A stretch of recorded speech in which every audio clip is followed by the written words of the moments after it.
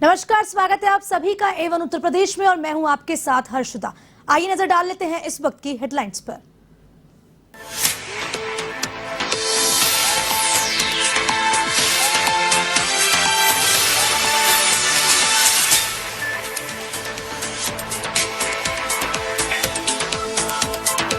मुख्यमंत्री योगी सहित कई नेताओं ने बंधवाई राखियां। डिप्टी सीएम केशव प्रसाद मौर्य और ब्रजेश पाठक ने भी बंधवाई राखी, तो हेमा मालिनी ने श्रीलंका के बधाई बांधी राखी। लखनऊ जेल में बहनों ने कैदी भाइयों के बांधी राखी।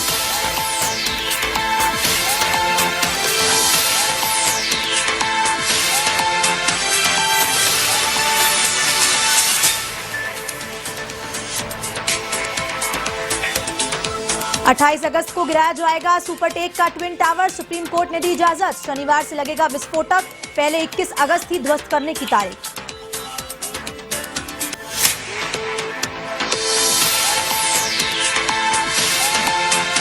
आजादी के अमृत महोत्सव के दिखे कई रंग। जौनपुर में तिरंगा यात्रा के दौरान देशभक्ति गीतों पर झूमे सांसद और विधायक। कार्यकर्ताओं का जोश भी हुआ दोगुना।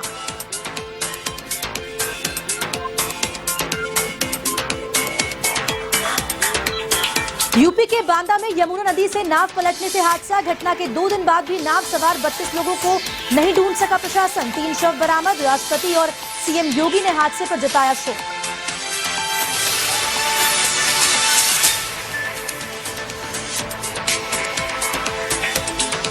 हरदोई में विवाद की सूचना पर मौके पर पहुंची पुलिस टीम पर हमला। हमले में कई पुलिसकर्मी घायल। गांव में पुलिस जाब्ता तैनात। हमलावरों की तलाश जारी।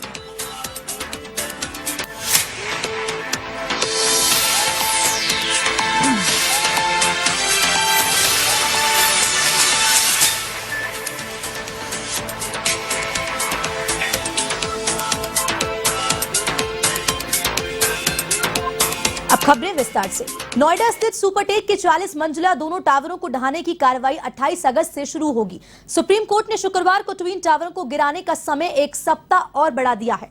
इस सुनवाई के दौरान दोनों टावरों में विस्फोटक लगाने को लेकर भी चर्चा की गई। आपको बता दें कि नोएडा प्राधिकरण ने टावरों को गिरने को लेकर सुप्रीम कोर्ट से और समय मांगा था, जिसके बाद सुप्रीम कोर्ट ने समय बढ़ाते हुए तकनीकी खराबी या फिर मौसम संबंधी समस्या होने पर 7 दिन का बैंडविड्थ भी दिया है। इससे पहले नोएडा प्राधिकरण की ओर से स्टेटस रिपोर्ट फाइल कर दी गई। वहीं सीबीआरआई को सुपरटेक द्वारा तोड़कर अभी तक स्ट्रक्चरल ऑडिट रिपोर्ट नहीं सौंपी है। उल्लेखनीय है कि इससे पहले एडिफिस ने प्राधिकरण को साफ कर दिया है कि दोनों इमारत 25 जुलाई से विस्फोटक लगाने के लिए पूरी तरह से तैयार है।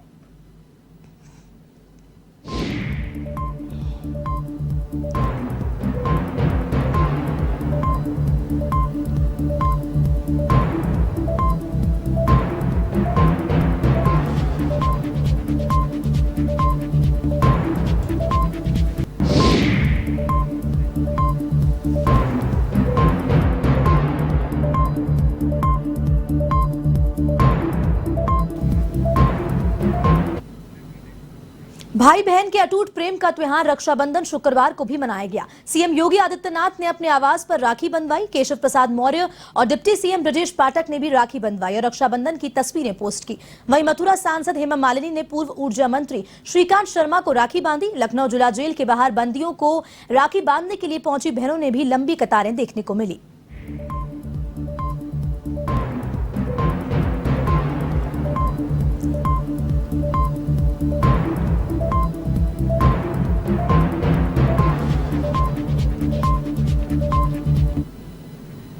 उत्तर प्रदेश में चित्रकूट भाजपा जिला अध्यक्ष चंद्र प्रकाश खरे की ओर से तिरंगे का अपमान किए जाने का मामला सामने आया है, जिसके बाद सपा सुप्रीमो अखिलेश यादव ने पार्टी की मानसिकता पर सवाल उठाए हैं। सपा सुप्रीमो अखिलेश यादव ने एक ट्वीट कर इस फोटो को शेयर किया और भाजपाइयों की राष्ट्र भावना के बारे में पूछा। उन्होंने लिखा कि शर्मनाक, चित्रकूट बीजेपी जिला अध्यक्ष के पैरों में पड़ा राष्ट्रध्वज तिरंगा देखिए, ये है भाजपाइयों द्वारा राष्ट्रध्वज के सम्मान के दावों का सच। कहीं भाजपा नेतागण तिरंगे का रंग बदल रहे हैं तो कहीं उल्टा पकड़े हैं, कहीं बेच रहे हैं तो कहीं पैरों में रखे हुए हैं। क्या यही है भाजपाइयों की राष्ट्र भावना?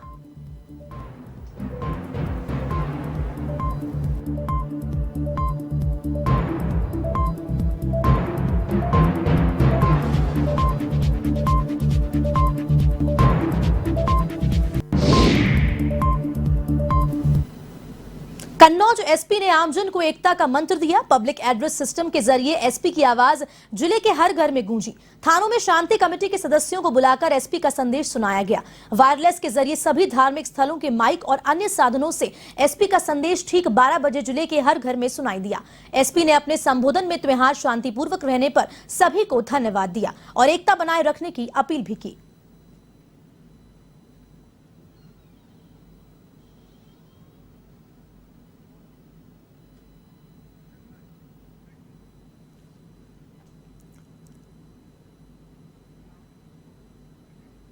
यूपी के सीतापुर जिले में आजादी का अमृत महोत्सव के तहत हर घर तिरंगा अभियान का आगाज हुआ।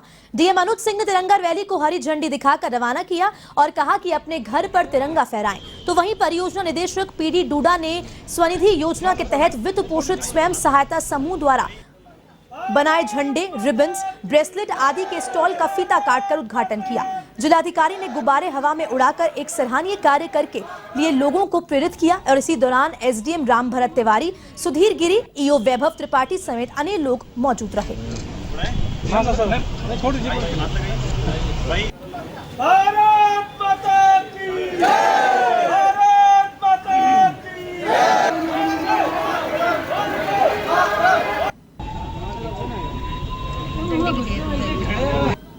कौशाम्बी में आजादी के 75वें अमृत महोत्सव पर हर घर तिरंगा कार्यक्रम का तहत हाफ मैराथन दौड़ का आयोजन हुआ। कौशाम्बी एसपी हेमराज मीणा ने एसपी कार्यालय से हरी झंडी दिखाकर मैराथन में शामिल जवानों को रवाना किया। मैराथन दौड़ में पुलिस अधीक्षक, अपर पुलिस अधीक्षक, सीओ समेत अन्य अधिकारी और कर्मचारी मौजूद रहे। हाफ मैराथन में प्रथम 5 स्थान पर आने वाले धावकों को एसपी हेमराज मीणा ने ट्रॉफी और प्रशस्ति पत्र देकर पुरस्कृत किया।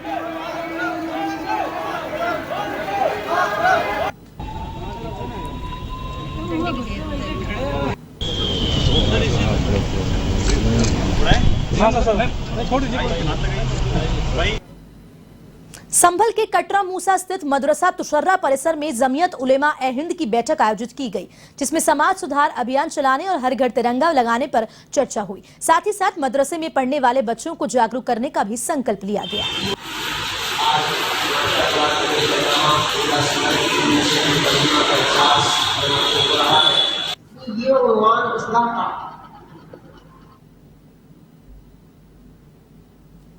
मदरसा तुशर्रा कटरा मूसा खां में जमीयत उलमा ज़िला संभल की मजलिस मुंतज़िमा का ये इजलास हुआ, जिसमें हमने तमाम मदरसे वालों को, अपने तमाम मुसलमानों को इस 15 अगस्त के मौके पर अपने उस तिरंगे को, जो हमारा हिंदुस्तान की एक पहचान है और हिंदुस्तान का एक कानून है, उस तिरंगे को लहराने और वज़ीर आज़म के उस कॉल पर और पहले से जो एक निज़ाम चला रहा है, उस निज़ाम के तहत उस तिरंगे की रैलियां निकालने मदरसों की तरफ से और हर आम आदमी की तरफ से उस तिरंगे को ऊपर उठाने, उसको आगे बढ़ाने, अपने घरों पर लगाने की तरगीब दी गई है।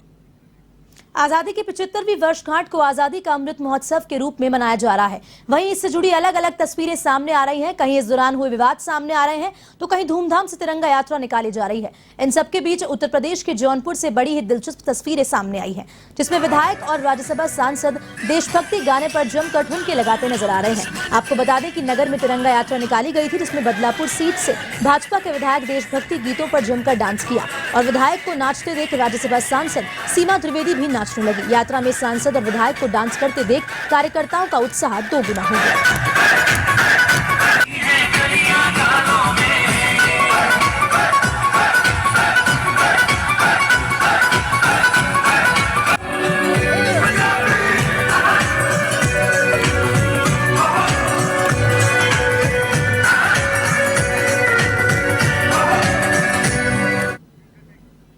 यूपी के कौशाम्बी और प्रयागराज जनपद के कोयला में स्थित पूर्व सांसद बाहुबली अतीक अहमद की अवैध संपत्ति को कुर्क करने प्रशासन पहुंचा तो हड़कंप मच गया। प्रशासन ने बोर्ड लगाया और कुर्क करने का आदेश लोगों के सामने पढ़कर सुनाया। और बता दें कि कौशाम्बी बॉर्डर पर पूर्व सांसद अतीक अहमद की 1.4602 प्रशासन कुर्क करा। इस जमीन की कीमत लगभग 25 करोड़ बताई जा रही है।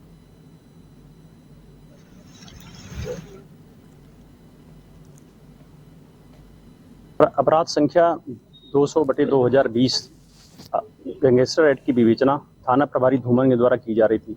विवेचना के क्रम में जानकारी मिली कि कानपुर और प्रयागराज हाईवे पर लगभग 6 बीघा जमीन अतीक अहमद जो इंटर स्टेट गैंग 227 के गैंग लीडर हैं, उनकी यहाँ पे अपराध अर्जित संपत्ति है, जिसकी रिपोर्ट एसडीएम चायल साहब से अभिलेख प्राप्त करके दी गई थी डीएम प्रयागराज साहब को, जिनके द्वारा 6/8 को एक ऑर्डर पारित किया गया है कि ये सभी संपत्ति जो यहाँ पे लगभग 6 बीघा जो करीब 24 करोड़ से अधिक की है, उसको कुर्क किया जाता है। उसी आदेश के कंप्लायंस पे ये संपत्ति कुर्क की गई है यहाँ पर मौके पर, और सर्वसाधारण को सूचित भी किया गया है कि ये संपत्ति कुर्क संपत्ति है और इसमें किसी भी प्रकार का प्रवेश या इसका उपयोग में लाना विधि विरुद्ध होगा।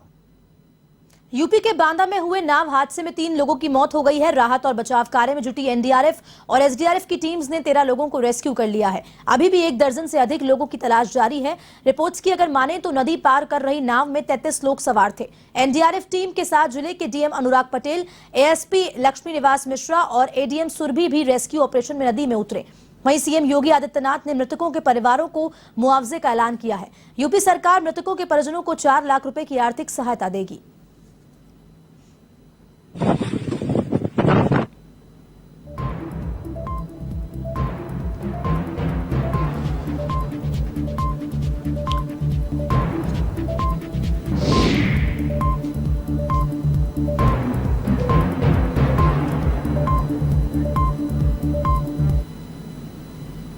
यूपी के कौशाम्बी जिले में तेज रफ्तार का कहर देखने को मिला है। तेज रफ्तार ट्रक ने बाइक को टक्कर मार दी। हादसे में बाइक सवार एक 10 साल के बच्चे की मौके पर मौत हो गई, जबकि पिता गंभीर रूप से घायल हो गया। घटना कोखराज थाना क्षेत्र के चकवन चौराहे के पास की है, जहां तेज रफ्तार ट्रक ने बाइक को चपेट में ले लिया।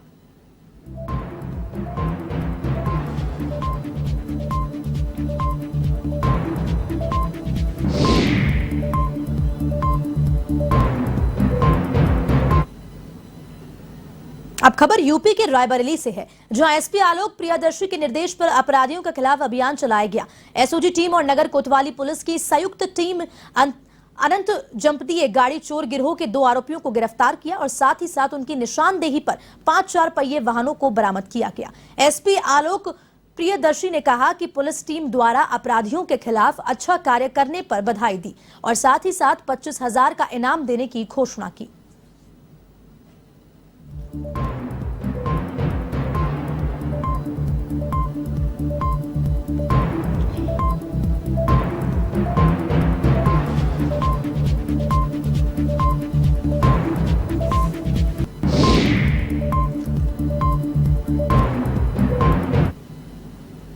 खबर यूपी के हापुड़ से है, जहां अंतर्राज्यीय चोर गिरोह का पुलिस ने पर्दाफाश किया। पुलिस ने 5 शातिर चोरों को गिरफ्तार किया और साथ ही साथ आरोपियों की निशानदेही पर 1,38,000 रुपए की नकदी समेत करीब 15 लाख के चोरी के आभूषण जब्त किए और कैंटर उपकरण समेत अवैध असलहा भी बरामद किया गया।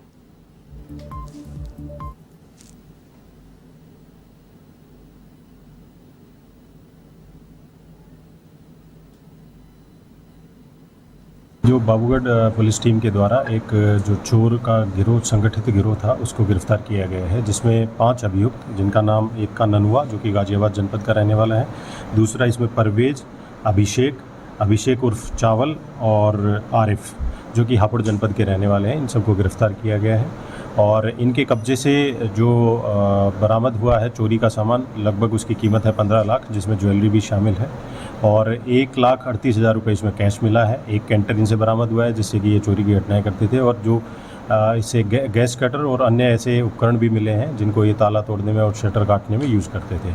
इनके द्वारा पूछताछ में बताया गया है कि लगभग इनके द्वारा 1.5 दर्जन जो चोरियां हैं वो सिंभावली, हाफिजपुर, हापुड़ देहात और बाबूगढ़ थाना क्षेत्र। अगली खबर की ओर। खबर यूपी के जौनपुर से है, जहां लिबास गारमेंट की दुकान में शॉर्ट सर्किट के चलते भीषण आग लग गई।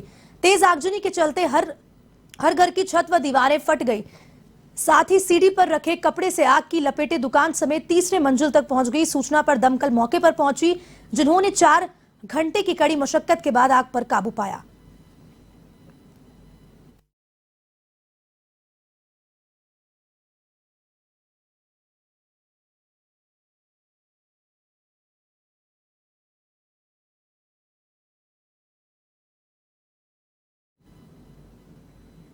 बाराबंकी जिले में एक भीषण सड़क हादसा हो गया। यहां एक तेज रफ्तार रोडवेज बस ने डीसीएम में पीछे से जोरदार टक्कर मार दी। जानकारी के मुताबिक तेज रफ्तार रोडवेज बस का ड्राइवर डीसीएस को ओवरटेक कर रहा था। इसी दौरान उसका नियंत्रण हट गया और पीछे से टक्कर हो गई। टक्कर इतनी जबरदस्त थी कि रोडवेज बस के परखच्चे उड़ गए। बस का एक तरफ का हिस्सा बुरी तरह से क्षतिग्रस्त हो गया। वहीं इस बस में करीब 80 यात्री सवार थे और हादसे में करीब दर्जन भर यात्री घायल हो गए, जिसमें से 4 की हालत गंभीर है।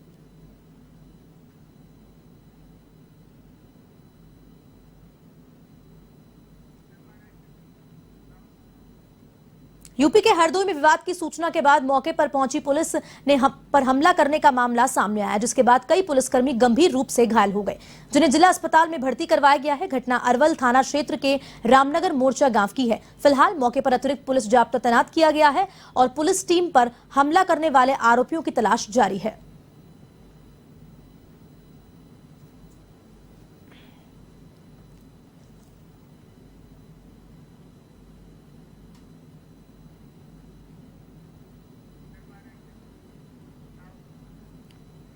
बरेली में सीबीगंज थाना क्षेत्र के नदोसी में रेलवे लाइन पर पार करते हुए ट्रेन की चपेट में आने से एक युवक गंभीर रूप से घायल हो गया। सूचना के बाद मौके पर पहुंची पुलिस ने घायल युवक को जिला अस्पताल में भर्ती करवाया। जानकारी मिली है कि हादसे में युवक का बायां हाथ हादसे में शरीर से अलग हो गया था। फिलहाल युवक का इलाज जारी है।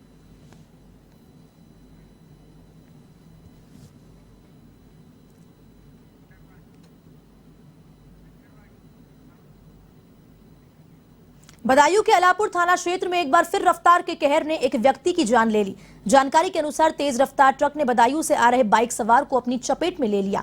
हादसा इतना भयंकर था कि युवक की मौके पर ही मौत हो गई और बाइक के परखच्चे उड़ गए। घटना के बाद गुस्साए लोगों ने मुख्य मार्ग पर जाम लगा दिया और ट्रक में आग लगा दी। सूचना के बाद मौके पर पहुंची पुलिस ने प्रदर्शनकारी लोगों से समझाइश की और शव पोस्टमार्टम के लिए भिजवाया गया। इधर हादसे के बाद ट्रक चालक मौके से फरार हो गया। एक्सीडेंट हो गया। क्या नाम है उनका? कुलदीप। आप उनके कौन है? आप उनके कौन है?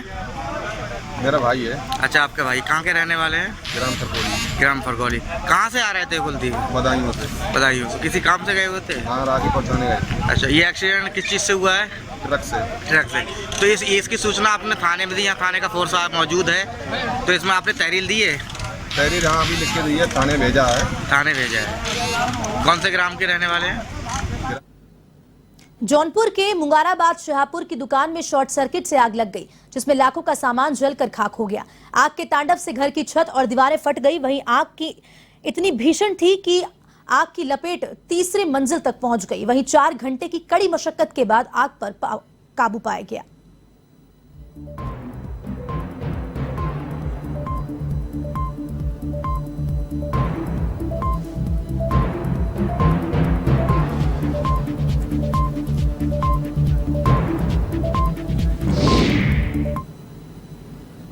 एक तरफ देश भर में रक्षाबंधन पर्व धूमधाम से साथ मनाया गया, वहीं लखीमपुर खीरी में एक दलित बहन को 7 महीने बाद भी इकलौते भाई की मौत का न्याय नहीं मिल पाया। जानकारी के अनुसार संपूर्णा नगर थाना इलाके के कमलापुर गांव निवासी 17 वर्षीय राहुल को पुलिस मोबाइल चोरी के आरोप में पकड़कर खजूरिया पुलिस चौकी ले गई थी, जहां पुलिस ने युवक की जमकर पिटाई कर दी। पिटाई से हालत बिगड़ने पर परिजनों ने युवक को अस्पताल में भर्ती करवाया, जहां युवक की मौत हो गई। घटना को लेकर परिजनों ने पुलिस चौकी इंचार्ज विपिन कुमार सहित 3 पुलिसकर्मियों पर मारपीट के आरोप लगाए थे। तत्कालीन समय में एसपी संजीव सुमन ने दोषी पुलिसकर्मियों को निलंबित भी किया था और निष्पक्ष कार्रवाई का भरोसा दिया था, लेकिन 7 महीने के बाद भी आरोपियों के खिलाफ किसी तरह की ठोस कानूनी कार्रवाई नहीं हुई। वहीं परिजनों ने पुलिस पर दादागिरी से मां से एक सादे कागज पर अंगूठा लगाने और गांव के ही अन्य व्यक्ति और सगे चाचा के खिलाफ एफआईआर दर्ज कराने का भी आरोप लगाया।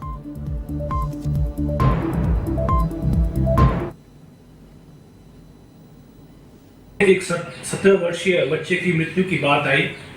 परिजनों ने जाम लगाया और ये कहा कि पुलिस ने उनके बच्चे को मारा है, इसी कारण उस बच्चे की मृत्यु हुई है।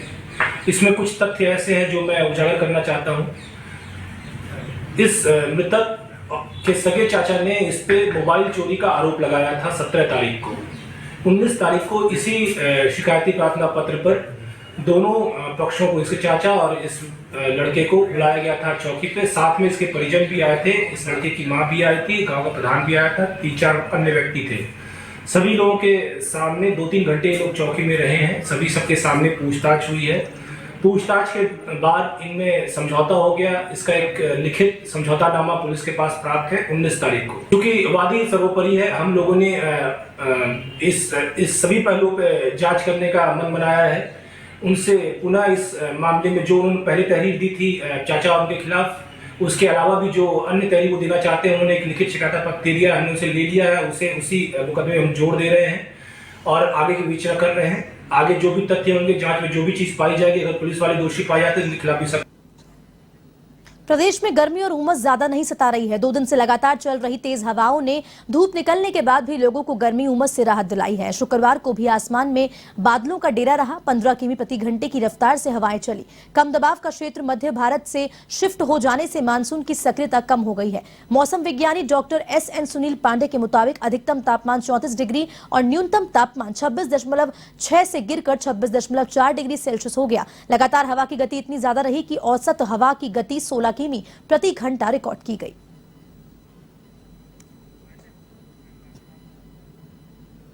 फिलहाल के लिए इस बुलेटिन में इतना ही। आप देश और दुनिया की तमाम खबरों के लिए देखते रहिए A1 TV। नमस्कार।